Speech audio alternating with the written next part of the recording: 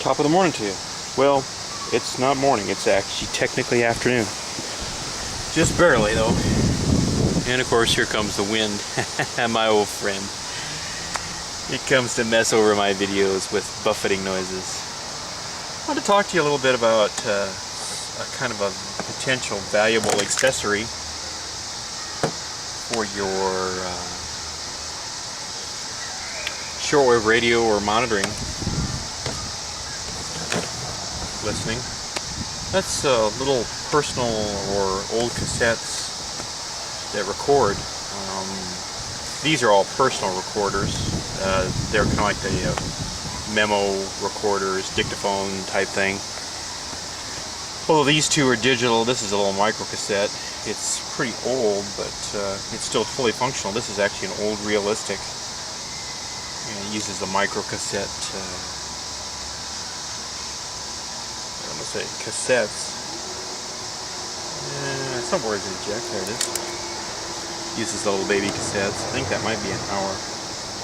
Yeah, that probably came out of an answering machine.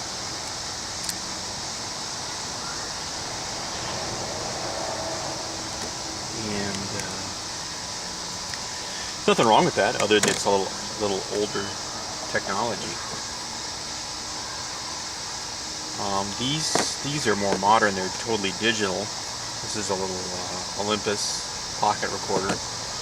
This is a little Sony. This one has a little interface you can hook to your computer, although I'll warn you ahead of time, there's a little sting in the tail on that one. I purchased that several years ago.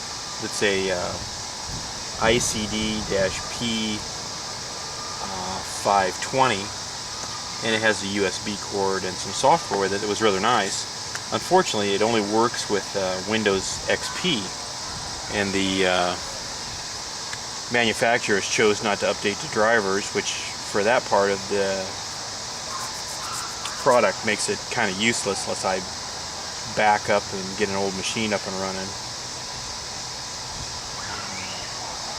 It's kind of sad. So FYI, if you're going to buy a brand new personal recorder, I would look around real hard and see who's got some they've tried to keep the drivers up to date.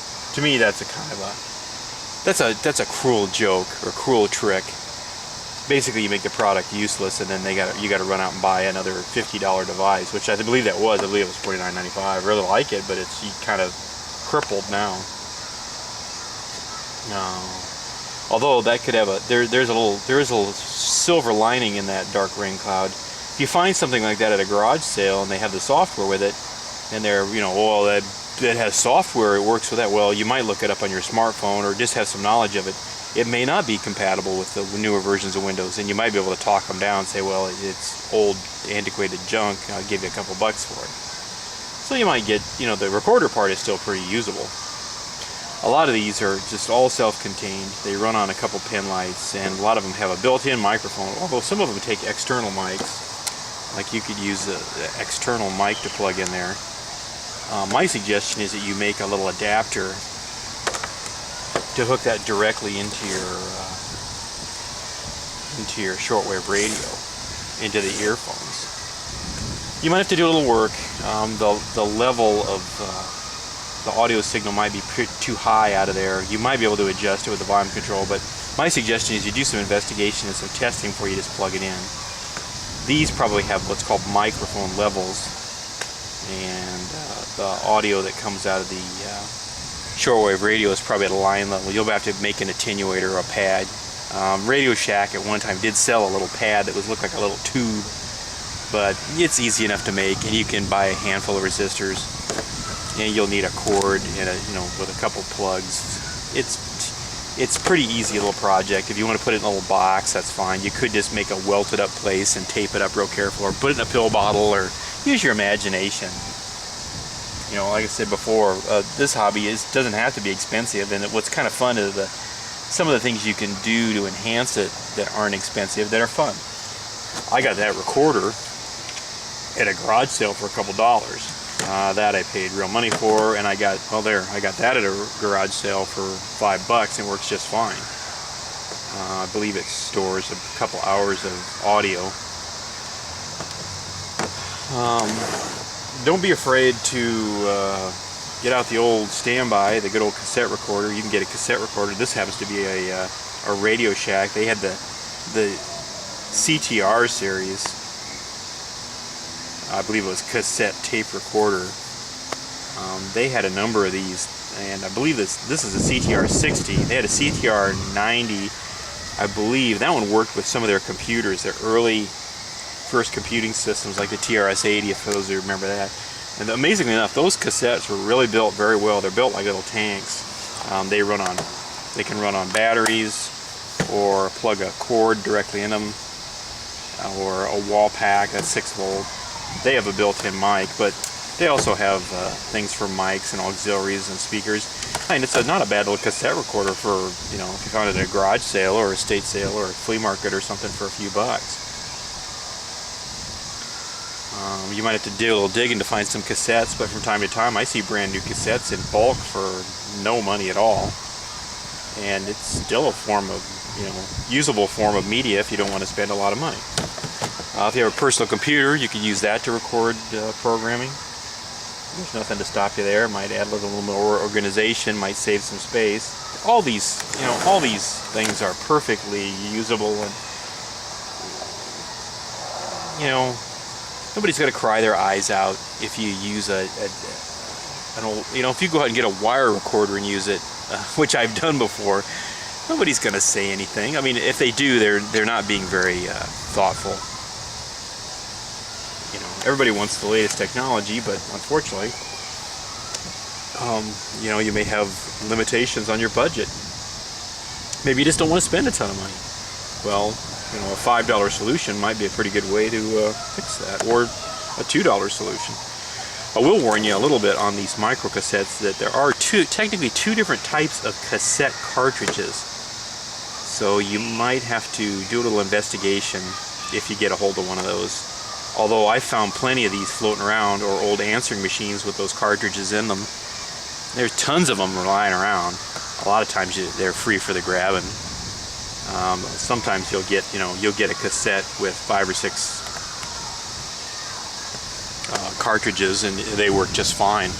You never know. They're fun. Sometimes the old cassettes are fun to listen to and see what's on there. You might find some secret business dealings or something stupid as the kids singing.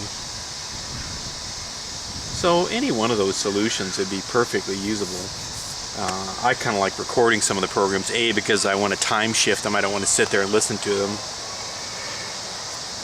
Or B, I'm terribly sorry. A little yawn there. I got up at 4 this morning. B is, you may want to save a program. Sometimes there are programs that are very interesting, or they're fun to share with friends, or you might want to snip some little audio clips out of there. Depending on what you're doing with them, may be perfectly usable. Absolutely nothing wrong with those things. You know, for years I had an old crummy cassette that I used to set in front of the television so I could record TV programs, because I didn't have a video player. Actually, it was kind of before video players. So, like I said, any one of those ideas would work just fine. If you're gonna shop for a new digital recorder, I would look real hard at whether, like I said, whether they keep the drivers up to date, whether you even want that feature. Sometimes these have folders and timers and different functions. I would go online and see if you can download the instructions. Almost any manufacturer worth their salt nowadays, if you build a product, you have the PDF online if you want to sell something in my book. If you don't, then you're just messing up. This one's got, you know, decent volume control. It uses 2 little pin-light batteries. And that one uses AAA, excuse me. This uses AAA. That's something you may want to think about too if you're going to use these types of devices. These are great for if you're going mobile. You know, if you're out and about. I mean, these do have other uses too. I use this all the time if I want to remind myself about something. You may want to invest in some good digital. That's how bad our world has gotten. I was going to say digital batteries. You may want to invest in some good rechargeable batteries. I like these Sanyo batteries. They've never let me down, and they seem to have a pretty good charging system.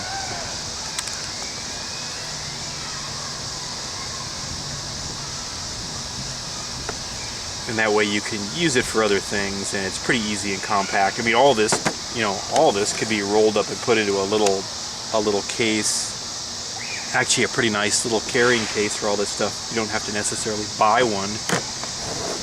If you want to get a hold of an inexpensive one that's pretty well made, are little soft-sided coolers that hold a six-pack of like cans or pops or sodas or beers or whatever you want to,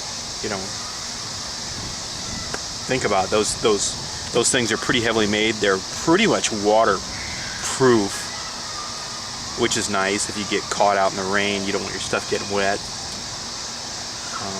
Or if most of them float.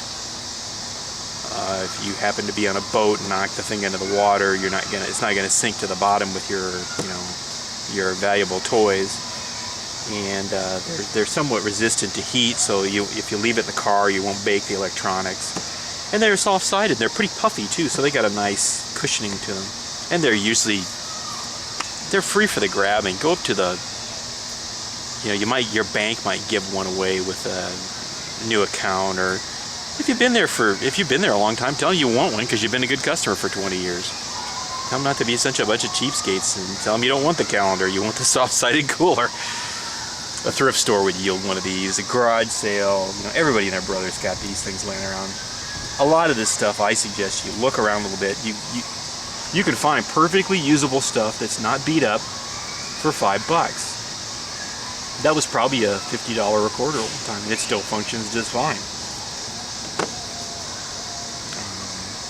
If you're going to look at buying a new one, I would suggest you look very carefully online. If I had to buy a new one, I would probably find one that had an external slot for external memory, somewhere. This has, I can't remember how much memory this did or had. It supports about 10 hours at a kind of a normal recording rate. Some of these have high quality recording rates. Of course, the more you speed it up, the lower your long-term storage is, or long-term recording time is. I guess that's all there is to say about that. It's really pretty basic.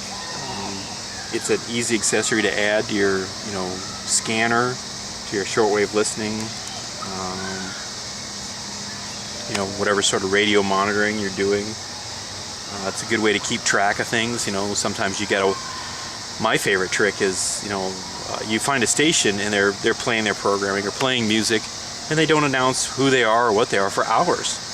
I believe they're supposed to announce them every so often, but a lot of times they'll go for an hour, and I don't want to sit around that long sometimes. I've got other things I need to do. I'll just leave the thing sit in the quiet room and let it do its business. You come back, you can kind of fast forward, find out what's interesting, find the call sign or the location of the transmitting site, and there you go. It's in your logbook, and you saved yourself some grief if you just don't have time to sit. Maybe you've got it's happened to me before. I've gotten a hold of an interesting or hot station, and you get called away. Sometimes duty calls, and you got to do the right thing. Maybe the kids need to be picked up at 4, and you just happen to be screwing around at 3:45. It'll keep you out of trouble. Anyway, hope that helps you out. Gives you some ideas at least. If you have other ideas or have comments, or want to make a reply video, feel free to do those things. It only takes a few minutes. It doesn't cost any money. Other people would find it interesting. I know I do. I'm always interested to see what other people are doing. You can share ideas, and sometimes people just have better ideas than what you're doing, and nothing wrong with that. Sometimes you can take a couple ideas and bolt them together and get even a better idea. That's really great. So there you go. If you get a chance, hit up some garage sales or estate sales, find some old recorders, and start recording. Have a great day. Take her easy.